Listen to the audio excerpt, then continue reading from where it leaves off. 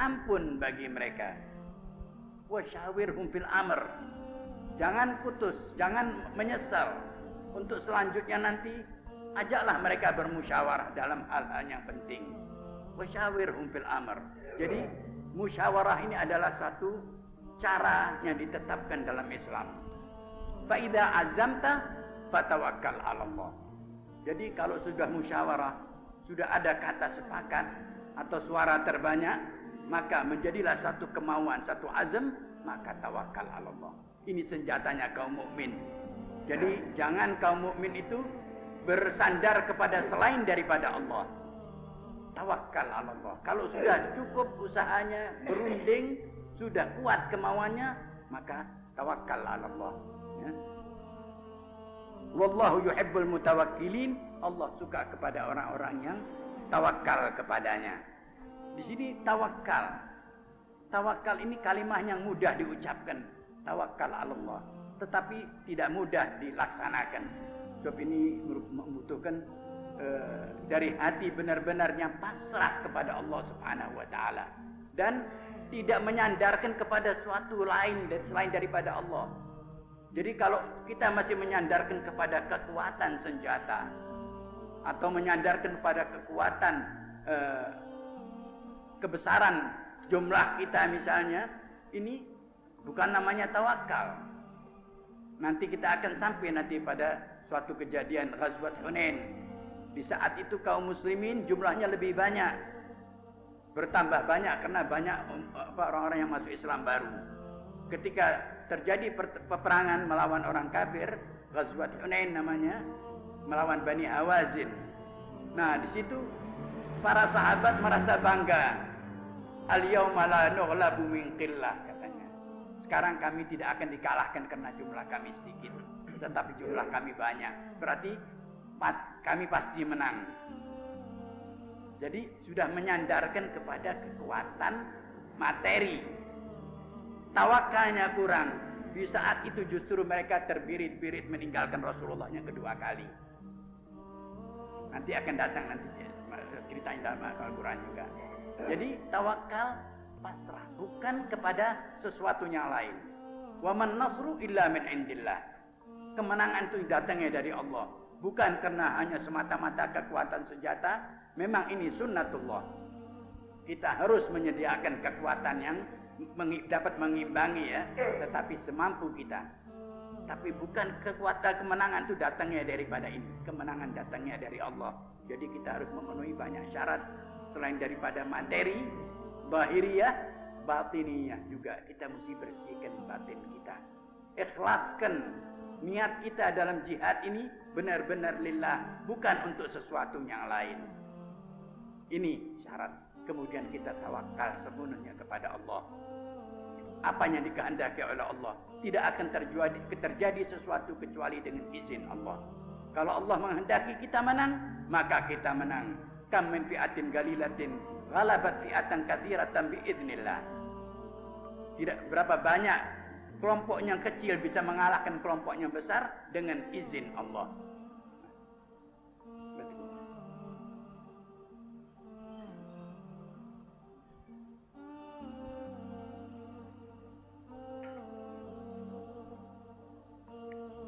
In yansurkum fala ghaliba lakum wa in yakhdhulkum faman dzalladzi yansurukum min ba'dihi wa 'alallahi falyatawakkalul mu'minun. Bila Allah memenangkan kamu, membela kamu, tidak ada yang dapat mengalahkan kamu. Bila Allah membela kamu, tidak akan ada yang dapat mengalahkan kamu. Tapi bila Allah membiarkan kamu, tidak menolong kamu, siapa lagi yang akan membela kamu selain daripada Allah? Siapa? Apalagi kalau musuh kita lebih kuat, jauh lebih kuat dari kita. Nah, di sini karena itu kita dituntut wa 'alallahi falyatawakkalul mu'minun. Tawakal. Orang yang beriman dituntut supaya tawakal kepada Allah. Jadi bukan kita mesti menyerah. Kita usaha sedapat mungkin. Kita tidak boleh menyerah kepada musuh. Sebagaimana sudah kita baca tentang peperangan Nabi Allah Daud. Ketika menghadapi musuhnya begitu banyak, mereka orang yang imannya lemah berkata, la taqata lana yauma bi Jalut wa junudi. Kami sudah tidak mampu menghadapi Jalut dengan tentaranya yang besar. Lalu dijawab oleh orang-orang yang beriman, kam min fi'atin qalilatin ghalabat fi'atan katsiratan bi idznillah. Faqatala Dawudu Jalut. Akhirnya menang, jumlahnya kecil bisa mengalahkan jumlah yang besar. Ini tawakal kepada Allah Subhanahu wa taala. Wa ma kana linabiyyin an yaghulla. Di sini an yaghulla ada kira an yughalla ya, nanti kita artikan nanti. Wa man yaghlul ya'ti bima ghalla yaumal qiyamah, tsumma tuwaffa kullu nafsin ma kasabat wa hum la yuzlamun.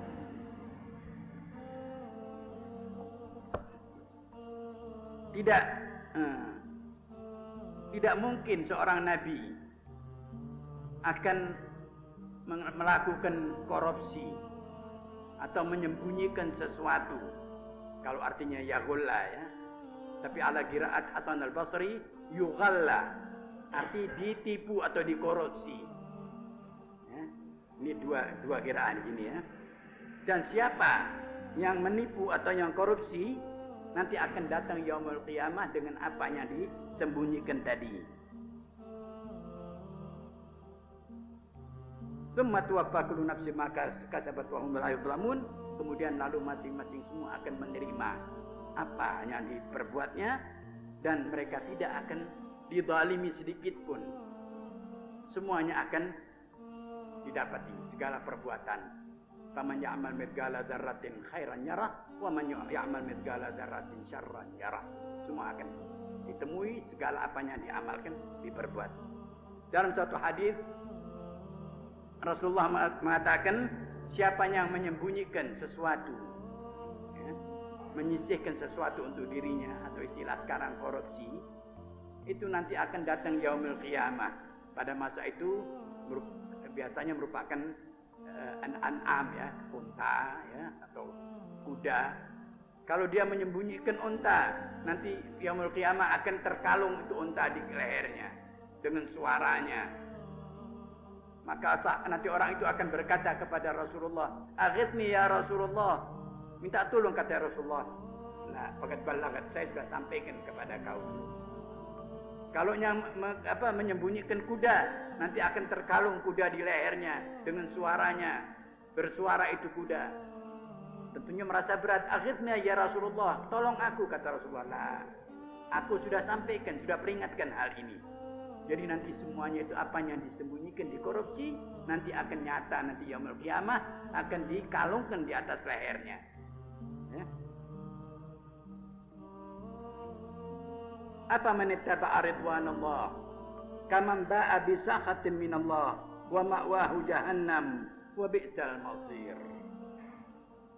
Apakah sama mereka orang yang mengikuti keridhaan Allah, mengikuti ajaran-ajaran Allah, mengikuti petunjuk-petunjuk Allah yang akibatnya akan mendapatkan keridhaannya, sama dengan mereka yang kembali dengan kemarahan Allah, dengan kemurkaan Allah. Dan akhirnya baginya jahanam, tempat kembalinya jahanam. Jahanam itu adalah sejelek-jelek tempat kembali. Tentunya tidak sama. Mereka orang yang patuh mengikuti perintah-perintah Allah, tentu lain, tidak sama dengan mereka. Kalau mereka tadi yang tidak mengikuti perintah Allah akan mendapat murka Allah dan akhirnya akan kembali ke neraka, sedangkan ini sebaliknya, tentu ridwanullah akan kembalinya ke surga. Hum darajat indallah wallahu basirun bima ya'malun, dan mereka itu pun darajat. Jadi orang-orang yang baik pun ada darajatnya.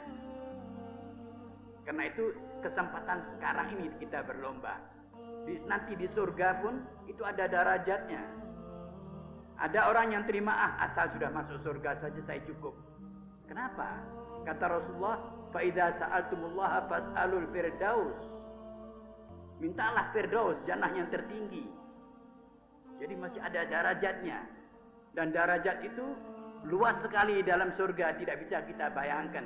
Dalam satu ayat disebutkan kaifa faddalna ba'dahum 'ala ba'din walal akhiratu akbaru darajatin wa akbaru tafdila. Kamu lihat bagaimana kami bedakan di dunia ini antara mereka. Kita lihat bagaimana tingkatan manusia di dunia ini. Ada yang rumahnya di bawah kolong jembatan, adanya di gubuk, ada yang rumahnya gedung, ada yang bertingkat 15, 20 dan sebagainya. Ini kita lihat banyak tingkatan di dunia ini.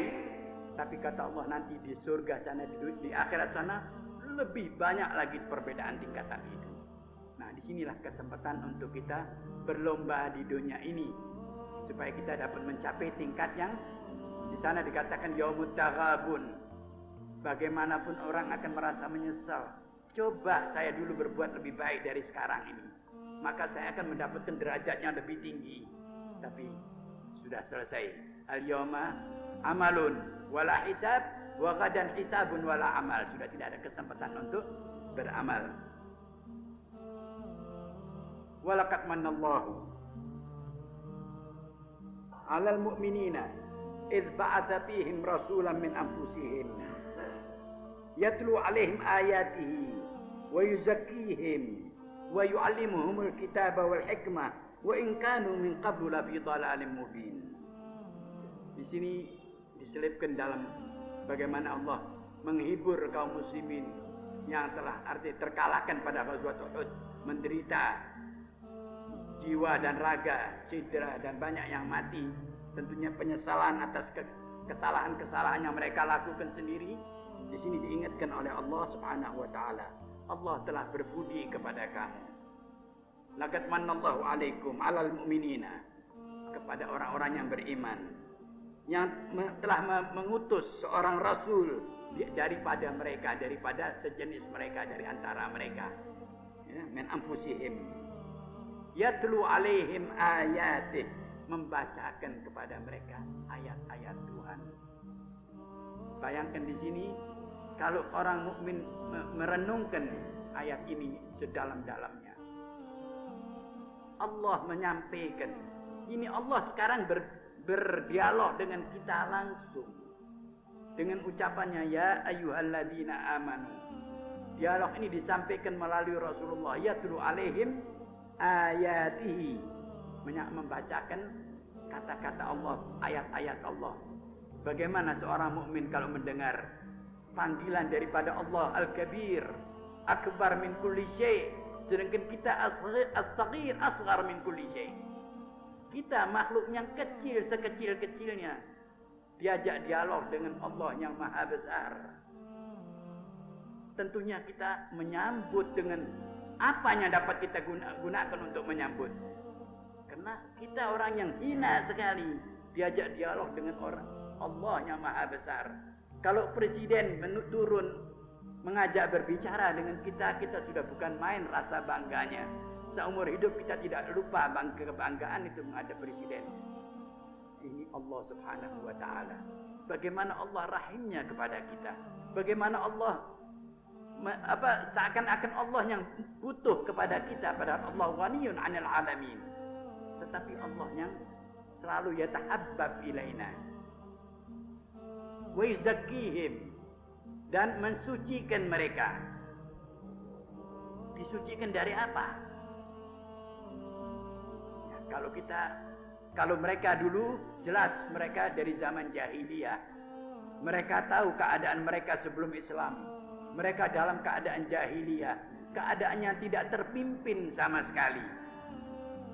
Mereka ya'budul asnam, kama sebagaimana yang diterangkan oleh Ja'far bin Abi Thalib ketika ditanya oleh Najasyi, kunna gauman na'budul asnam, menyembah berhala, wa na'kulul maitah, wa na'til fahsya, dan berbuat zina, wa na'kulul muharramat, wa naqta'ir rahim, memutuskan macam-macam sifat-sifat yang buruk tadi. Ini semuanya dibalikkan oleh Islam. Akhirnya mereka menjadi ikhwanun mutahabin. Mereka menjadi saudara yang saling cinta menyintai, kasih mengasihi di antara mereka. Wa yu'thiruna ala anfusihim walau kana bihim khasasah. Mereka mendahulukan saudaranya walaupun dia sendiri butuh. Ini hasil binaan Islam yuzakihim. Nah, kalau kita kembali kepada diri kita sekarang, ini ayat juga ditujukan kepada kita, bukan hanya kepada mereka dulu, kepada kita sekarang. Kalau kita mau, kita juga bisa mendapat giliran untuk dibersihkan daripada sifat-sifat yang buruk, sifat-sifat jahiliyah. Apakah sifat jahiliyah itu? Segala keadaan yang tidak sejalan dengan Islam, maka dia jahiliyah.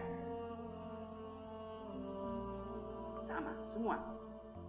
Selain daripada Islam, bahwa jahiliyah. Jadi kalau Islam tidak berjalan, tidak berlaku di masyarakat kita, maka ini berarti masyarakat jahiliyah. Kalau Islam tidak berlaku di negara kita, negara jahiliyah. Ini sudah itu lawannya. Jadi tidak ada jahiliyah lain daripada ini, tidak ada. Immal Islam wa imma jahiliyah. Nah, sekarang keadaan kita sekarang perlu tidak dibersihkan oleh Islam? Kita lihat. Kita bisa menilai keadaan sekarang. Keadaan kita sekarang ini sudah mirip-mirip sama jahiliyah. Hanya tinggal syair saja. Hanya tinggal ibadat saja. Hanya tinggal salatnya masih berlaku, salat dan puasa. Tetapi selain daripada itu, kita sudah tinggalkan itu ajaran Islam. Bukan kita, banyak dari kita yang sudah melakukan arti meninggalkan ajaran Islam. Nah, ini perlu mereka merenungkan, dan kita semua merenungkan ayat ini. Wa yuzakkihim wa yu'allimuhumul kitaba, dan mengajar mereka Alkitab. Sini Alkitab bisa dikatakan Al-Quran, juga bisa dikatakan cara menulis, karena mereka dulu ummiyin. Tapi kalau kita sekarang, ini Al-Quran. Wa yu'allimuhul kitaba, kita diajarkan ini Al-Quran ini, ayat-ayat Allah. Kita selama ini dilalaikan, dibelokkan oleh orang-orang tertentu. Kita tidak dibolehkan mengkaji Al-Quran. Kita suruh membaca buku kuning saja terus. Al-Quran jangan. Man fassara Al-Quran bi ra'yih falyatabawa maq'adahu minan nar. Hingga orang tidak berani menafsirkan Al-Quran. Ini karena untuk sesuatu politik ini. Karena Al-Quran ini mengajarkan yang benar dan tegas. Tidak ada kompromi dengan kebatilan. Karena itu orang-orang yang berkuasa pada masa itu takut kalau sampai orang mengenal betul apa isi Al-Quran. Maka wa yu'allimuhumul kitaba wal hikmah, dan kebijaksanaan. Wa in kanu min qablu la fi dhalalin mubin, sedangkan mereka sebelumnya dalam keadaan sesat yang nyata. Jadi dengan datangnya Rasulullah, mereka dibalikkan. Sebelum itu mereka tidak tersebut dalam sejarah. Mereka tidak mempunyai keistimewaan apa-apa. Orang Arab dulu tidak terbilang dalam sejarah. Dikatakan orang yang tidak ada kelebihan lah. Tidak mempunyai satu keistimewaan. Tapi dengan datangnya Islam, akhirnya mereka berbalik. Dalam tempo yang singkat, mereka bisa membawa satu isme atau satu agama, dan mereka bisa menjadi pemimpin dunia dalam tempo yang singkat. Nah, sekarang mereka meninggalkan lagi. Mereka meninggalkan tadi risalah tadi. Mereka meninggalkan itu pewarisan atau peninggalan Rasulullah. Ialah Al-Quran tadi. Mereka kembali tidak terbilang dalam sejarah. Mereka menjadi bulan-bulanan. Tinggal kapan mereka akan kembali. Kalau mereka mau kembali, mau mengamalkan Al-Quran ini, mereka akan jaya. Kalau tidak, mereka selalu akan binasa seperti sekarang ini. Awalamma asabakum musibatun qad asabtum mithlaiha qultum anna hadha qul huwa min indi anfusikum innallaha ala kulli syai'in qadir.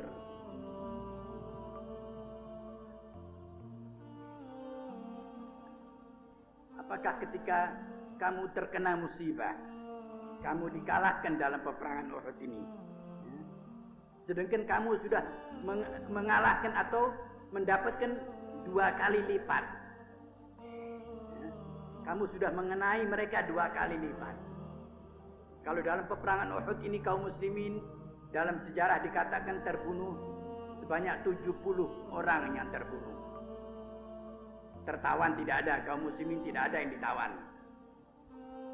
Tidak mau menyerah untuk ditawan. Jadi mereka mati 70 orang. Selain daripada yang cedera. Tetapi kata Allah, kamu sudah mendapatkan mengenai mereka 2 kali. Faqad asabtum mithlaiha. Pada peperangan Badar, kamu sudah mengalahkan mereka dan membunuh 70 dari para pemimpin mereka bersanadi di Quraisy. Dan sudah menawan 70 daripada mereka. Dan pada Ghazwat Uhud ini pun pada awalnya kamu telah membunuh 70 daripada mereka. Jadi kamu sudah 2 kali lipat mengalahkan mereka, arti mengenai mereka. Kenapa kamu mesti menderita dan menyesal ya? Gutum anna hadza, sehingga ada di antara mereka berkata, bagaimana ini bisa terjadi? Bukankah kita yang beriman? Bukankah kami orang-orang yang Islam, orang yang mengaku membela agama Allah, kok bisa kalah? Ini kata-kata orang yang imannya tidak kuat. Gutum anna hadza, bagaimana ini bisa terjadi? Kata Allah langsung dijawab, qul huwa min indi anfusikum. Katakan ya Muhammad, ya Rasulullah, ini karena kamu sendiri, akibat perbuatan kamu sendiri. Min indi anfusikum, karena kesalahan kamu sendiri. Allah tidak menurunkan mukjizat langsung menang tanpa usaha.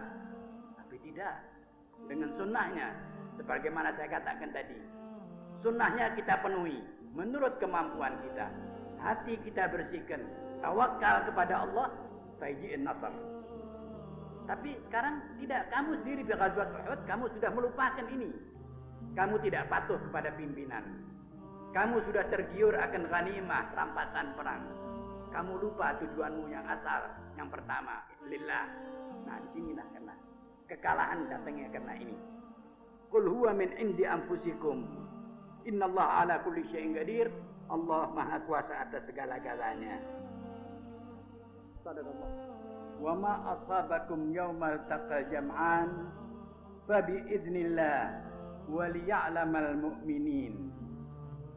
Apa yang mengenai kamu dalam ketika berhadapan, 2 kelompok berhadapan, ialah kelompok kafir dan kelompok mukmin dalam peperangan Uhud itu, fa bi idznillah, semuanya terjadi dengan izin Allah. Tidak ada sesuatunya terjadi tanpa izin Allah. Walaupun merupakan kerugian bagi kaum mukminin, ini adalah karena dengan izin Allah juga. Waliya'lamal mu'minin. Apa sebab maka kaum mukminin kalah? Nah, di sini akan dirinci. Sebab-sebabnya semuanya ada hikmahnya. Di antaranya waliya'lamal mu'minin. Agar Allah mengetahui siapa yang beriman. Di sini bukan Allah tidak tahu, Allah Maha tahu. Tetapi supaya nyata siapa mereka orang-orang yang beriman, siapa orang-orang yang munafik, siapa orang yang masih ragu-ragu dalam keimanannya. Memang dikehendaki supaya nyata di sini. Bukan berarti Allah tidak tahu, Allah sudah tahu sebelumnya. Tetapi supaya nyata dalam kehidupan ini. Waliya'lamal ladzina nafaqu, dan supaya nyata siapa mereka orang-orang yang munafik. Jadi al-ibtila, suatu kesusahan atau suatu ujian, ini adalah satu kebaikan bagi orang-orang yang beriman ya. Untuk diuji supaya nyata siapa mereka orang-orang yang beriman, siapa yang munafik. Wa qila lahum ta'alu qatilu fi sabilillah aw idfa'u. Qalu law na'lamu qitalan lataba'nakum. Hum lil kufri yawma idzin aqrabu minhum lil iman.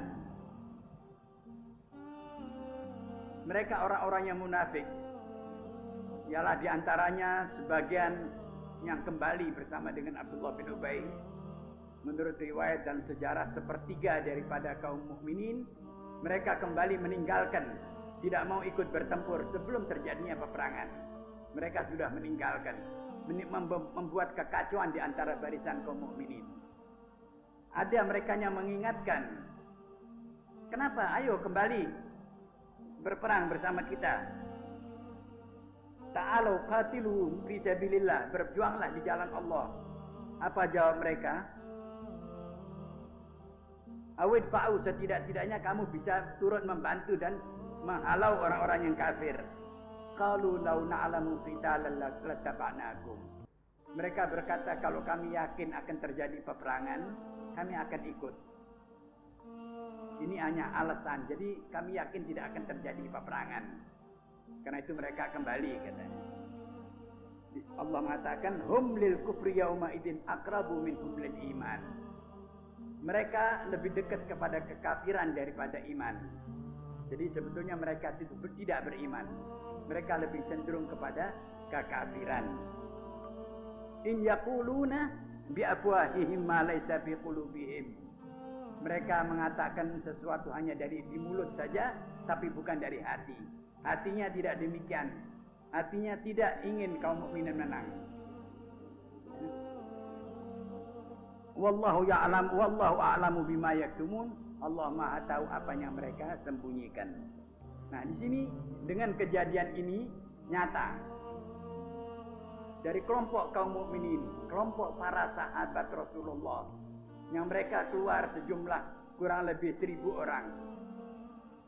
Sebagian sepertiga dari mereka sudah keluar menyatakan diri bahwa mereka munafik. Mereka keluar dari barisan. Ini pun masih belum, nanti dalam pertempuran bisa tampak lagi siapa yang betul-betul beriman, siapa yang yang galibuna alal agab, mereka meninggalkan Rasulullah sendiri. Nah, di sini supaya nampak ini adalah satu ujian dari Allah.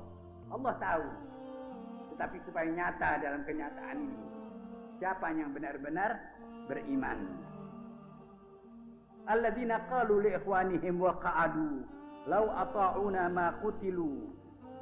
Mereka orang-orang munafik yang mereka berkata kepada saudara-saudaranya ketika mereka kembali dengan kekalahan, banyak yang mati dan banyak yang cedera, mereka berkata, coba kamu turut pendapatku, kamu tidak akan terbunuh, tidak akan mati. Karena Abdullah bin Ubay diantaranya yang tidak setuju mereka keluar menghadap musuh. Dia salah seorang yang mengusulkan supaya berlindung di dalam kota di Madinah, supaya musuhnya masuk ke kota nanti akan dipukul dari dalam. Tetapi suara pemuda yang terbanyak menghendaki keluar. Nah, Rasulullah sesuai dengan prinsip musyawarah untuk mufakat tadi, Rasulullah mengikuti suara terbanyak. Nah, di sini Abdullah bin Ubay dan kliknya merasa tersinggung. Artinya Rasulullah mengikuti para pemuda. Maka di sini sesudah mereka kembali dalam keadaan kalah, ini Abdullah bin Ubay dan kawan-kawannya berkata, coba kamu ikut kepada kami. Kamu tidak akan terbunuh, tapi kamu ikut kepada Muhammad Rasulullah. Maka inilah nasib kamu. Jadi ini satu kata-kata yang beracun. Jadi berarti mengatakan bahwa Rasulullah ini bukan pemimpin, bukan ahli strategi, tapi kami lebih mengerti.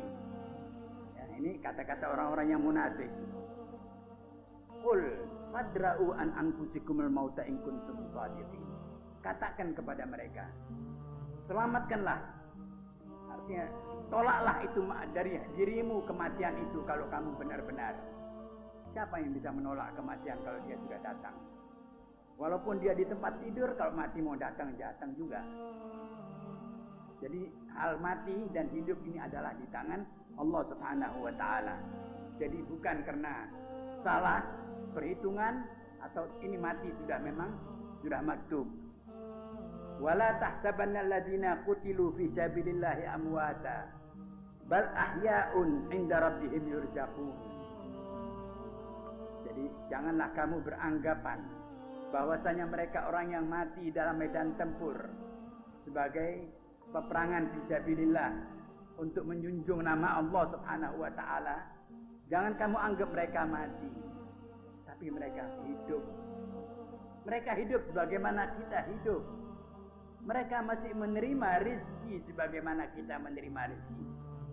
Di sini jelasnya yurzaqun, jadi mereka masih menerima rezeki. Mereka masih menerima jatahnya, berarti mereka masih hidup. Cuman penilaian kita saja mereka mati. menurut lahirnya, karena mereka sudah tidak ada di antara kita, maka dia mati. Padahal belum mati, kata Allah. Mereka masih hidup dan mereka masih menerima rezekinya. Farihina bima atahumullahu min fadlih. Bahkan mereka bergembira, bersenang-senang menerima pemberian dari Allah, dari kemurahan Allah kepada mereka. Cuman kita tidak tahu bagaimana ya, ini ghaibiyat. Cuman ini kita yakin, demikianlah firman Allah Subhanahu wa taala. Wa yastabshiruna billadzina lam yalhaqu bihim